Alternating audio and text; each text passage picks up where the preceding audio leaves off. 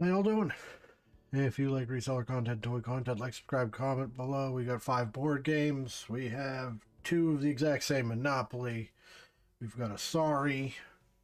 We have Game of Life 40th Anniversary Edition. I don't know anything about that. And the feature piece today is a Game of Life Pirates of the Caribbean in a tin. And I don't know anything about this. I just grabbed it because it's in a tin. And I figured at $4, I might as well give it a go. $12 on the board. Let's start with these Monopolies. Alright, so these are the newer Monopolies, the 2008, I believe. And it has the cat tokens and the duck, I think. Oh no, this is just the introduction of the cat. We got all the tokens on the back. 8 tokens. These guys, including the cat. I don't know why the dog is in there, but he's down there too.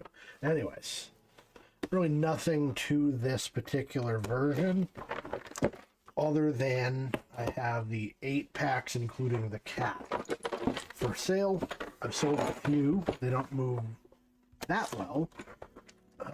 Since I've been doing volume pricing, I've been moving a lot more volume, as it were. So that's been pretty cool. I sold 300 hotels and houses the other day. That sucked to count, but I made decent money off of them, and I've been sitting on them for years. So I'm starting to move stuff now. And then the Modern Money, that's a Monopoly across the top, no writing in the middle. Sold a bunch of that. So let's see what we got here. Alright, so we got 2 good stacks of money. We got hotels and houses. I traditionally don't count these because they don't sell. I just had them, and I was making lots of them to see if I could find a dollar amount and quantity where they would start moving. Last week I sold 4. So that's not bad at all for having not sold any, and that's because of volume pricing. I sold 3 to one person, 1 to another person. So I'm actually going to count those from now on. So one set of the cat featured tokens, the 8 count with the cat, and then I got 7 tokens with no cat. And the cat is the only part of this that's actually useful. I can't make a lot of anything else without the cannon, unfortunately. I got plenty of these, so whatever. So this wasn't great, but it wasn't bad. So we get $8 out of this. And there was a knife in there, a toy knife. And it sucks because Google Lens doesn't do really well with stuff like this. It tries, sometimes it does it, but knives are just too similar across decades, across toy lines. So it couldn't identify the exact knife. So we're gonna toss that, but this could have been good. Probably not, given the age of the Monopoly. Often, there's a play age, and it'd be kind of similar stuff. When you're doing yard sales or like Facebook Marketplace, a lot of times I'm looking not just the stuff, but like how old is the stuff. It's all going to be roughly within like 10 years. So if you're not sure what's in if bid is worth something, and you're looking at the top and it's all like 1996 stuff, chances are the stuff you're not seeing is going to be pretty valuable. But anyways, let's move on to Sorry. Alright, so we got Sorry. I'm not sure what year this is, probably 2002 or something. They don't change too much throughout the years. Oh, we can do the test on the back. What year is this? It's 91, right? 98. Yeah, I can see 98. The mullet, that's definitely 98. Yeah, I can see that. So, the difference between versions is sometimes there's less pawns. And I don't know why, but sometimes there is. So we got the deck of cards, we want 45 cards, and we want the pawns. And the pawns are different every so often. I got a pretty mighty backstock of them at this point, so I can fill out basically any set, I think. And they do sell. The cards sell much better than the pawns, but they both actually go. So, cards look a little weathered. This game was definitely played, and I don't like seeing them really. I don't think I can sell these. I think the cards are too far gone. And we talked about this before. If I had more space and more inclination, I would probably go through this and keep, you know, the 10's good, the 4's good, the 1 and the sorry are really, really badly creased. This one's no good. Yeah, these are fucked. I can't give these out to anybody. But I'm not gonna hang on though. You know, I could have like a big parts bin beyond the parts bin I already have. But I don't want to dedicate that much space to it. But that's up to you. It's personal preference, right? How much space you want to take up in your home or wherever you're going to do this. I keep it to one room and just a part of that one room, not the entire thing. If it gets too crazy, I start delisting stuff, giving it away, throwing it away. So we have this version of the pawn has like this weird thing in the bottom. I think they're hollow for the most part. It's kind of hard to tell. I'm not going to bust one open, but whatever. It's a set of pawns, and that'll get us there. And let's look at this Game of Life 40th anniversary. So the next two I'm going in on blind. Game of Life 40th anniversary. I don't know what year this came out. It's got this Hasbro logo. It's not new, but it's within 20 years. This game came out like 2012, something like that. 1999. Okay, this game is significantly older than I thought. So, updated features for this include a larger game board. That doesn't help me at all. Redesigned play money, cards and minivans, banker's tray. Okay, so what they did after this is made every version of this game the same. So the minivans continued on. I think they're still doing it. And it's because the original Life had a convertible, and then they went to station wagons. And then at a point, I think somebody that developed this went, wait a minute, those don't exist anymore. Station wagons stopped being produced at some point. SUVs took over. Hatchbacks kind of became a thing. Alright, so the minivans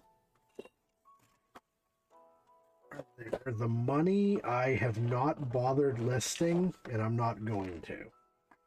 So, for all the hoopla about this being the 40th anniversary, I'm kind of bummed out that it's in fact exactly the same as the game that came after it. At least Monopoly, when they do an anniversary, it has a different thing, and it's only for that anniversary, even though they do an anniversary edition every 5 years. But still. I had no idea it came out in 1960. I think the oldest one I've seen is the 1972. Alright, we got all the bits we're not gonna have. We have spinners. I have way too many spinners at this point. Somebody needs to start buying these on volume pricing so I can... Oh, I don't even think this one works. Oh, it's different. They changed the spinner. Hold on, I'm gonna have to investigate. All right, let me clear this up. All right, so what I have in here, I got this going. There's just the cardboard insert had just a piece that was dragging. This does work, but I wasn't super concerned with that. I think that's maybe number 6 or 7 at this point. I got too many. I'm missing a car, be it green or like fuchsia. Don't matter. I'm also missing way too many pegs. I used up all my spare pegs, so I can't list that. I can only list that, and I'm only going to get $2 for that. But whatever. You know, we're not broke yet. We're in the profit, and we got the cherry on top of this board game Sunday, the Game of Life, Pirates of the Caribbean. All right, so this is actually my 9th spinner in inventory. What does that mean? That means Game of Life. The only thing I'm selling out of it at the moment, the modern version, not the 90s and older version.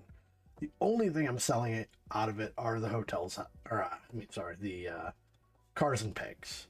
That means I cannot buy them for more than $2 now. So it kind of limits me on picking those up. Now I'll buy the older ones. Unless I get them for like sub $2, it's not worth doing. This could be a different animal though. So when we talk about collectability and desirability and what the manufacturer intended, the second you put something in a big tin, the price has gone up substantially. To make a tin, a painted tin, is significantly more money than a cardboard box. So this had a higher price tag at the beginning. Less of them went into circulation because of that. This, I suspect, is going to be worth something in the box if it's complete. It's not in perfect shape, and I don't know if it could be cleaned. But there's some grime here. Now, tin can rust, unfortunately. It's not a durable metal. I don't think that's coming out. It has like a little dent here, but this is Game of Life, and it's Pirates of the Caribbean, which has a following. So I figured at $4, it's worth picking up. You know, the thing Game of Life does that other games don't do is they don't do a lot of variations. Monopoly lives and dies by variations. Game of Life had The Simpsons Game of Life. It had Twists and Turns, which is actually popular. And this is the only one I have seen besides that. You know, they don't get into big media stuff. Let's see what's in here. Unlike most stuff, we're actually going to check it out and see if we have a complete set. So you have to disassemble it to put it away. Let's see. I don't like the look of this. I don't think this board's in very good shape. See if we can... Yeah, the board is torn. Not... Okay, that's meant to do that. That's reassuring, I suppose. But because the board is kind of weird to put away, somebody screwed up and they tore it, putting it away.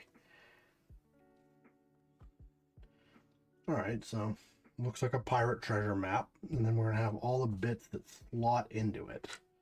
I'm not going to assemble it on my desk because that would be obnoxious. The board is in okay shape.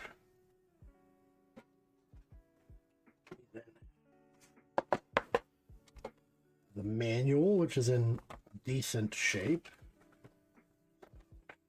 Now we have our list of stuff we need to see if this is complete. We have a different kind of spinner, and this one's cool. So the issue with the Simpsons one is that their stuff was different and sucked. This is actually pretty good looking. Skulls. Oh, it makes like a different noise from the traditional one, and it spins really well. So that's cool. In and of itself, you could probably sell that. It's bigger by a little bit anyways. Okay. Maybe just the body is bigger. Yeah, just the body is larger. That's pretty cool. All right. So we have some mountains. We'll go in there. The ramps. Now, because of the potential for rarity here, all these pieces might have tray, treasures tray. This seems kind of light to me. So instead of cars, we have rowboats, and the rowboats are actually like die cast. So that's really cool too. All right. So let's break this down and see if we got everything. Through careful tabulation, I have the entire game. So the spinner is really cool. We got some islands. We got the money. They changed up, rather than career, it's ships, etc. These are the same, the tiles, life cards. So the ships, I got all of them. They're die cast, as I previously said. They have colored flags. They don't have pegs like the cars, because I guess you don't have kids in this. I like that the bottom isn't flat, so it'll kind of rock no matter what you do. It's going to list one way or another. So that's kind of fun. So what can we do with this? We have the Game of Life. Pirates of the Caribbean. All right. 480 of these. There's different versions. We're seeing different color schemes. We're seeing different pieces. So we got this version at World's End. Ours is Dead Men Tell No Tales. So I'll punch that in a minute, but we're just going to get a feel for this here. So one's white, one's like the bronze color that they did in some later Life versions, like Standard Life. We got the brown one. So we have our first view of this, and this is good. Game of Life in tin, collector's edition, 34 free shipping, 15 watchers. When you have watchers on something, it means if you go lower than this, you're probably going to sell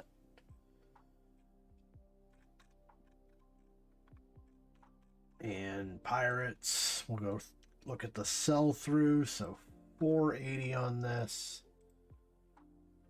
Got 111. That's not bad for a board game. So why don't we put in addition and dead. That should do it for us. 21.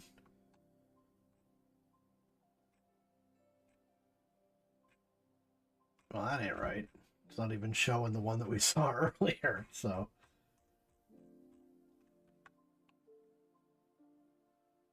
Dead Men Tell No Tales is what this one's called.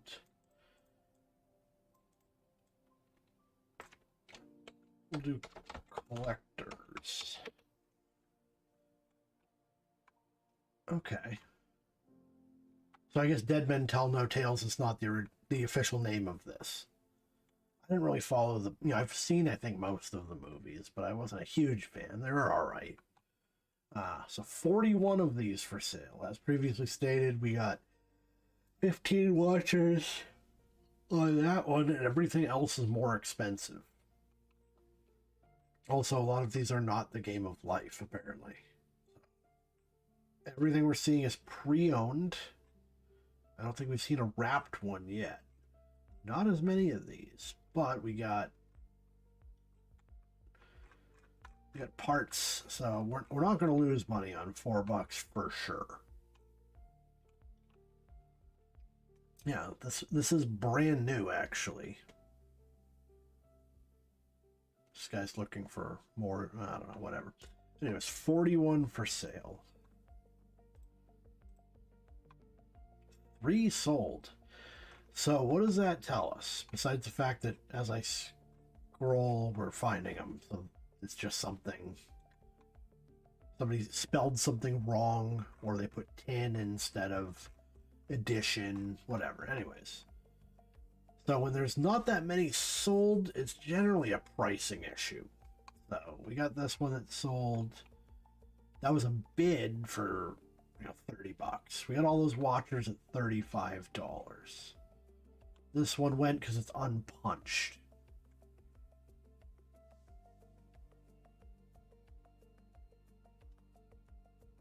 Dead Man's Chest, it's a different one. This one went for $30, complete pre-owned. So if we list it for 30, it's going to go, is what I'm seeing here.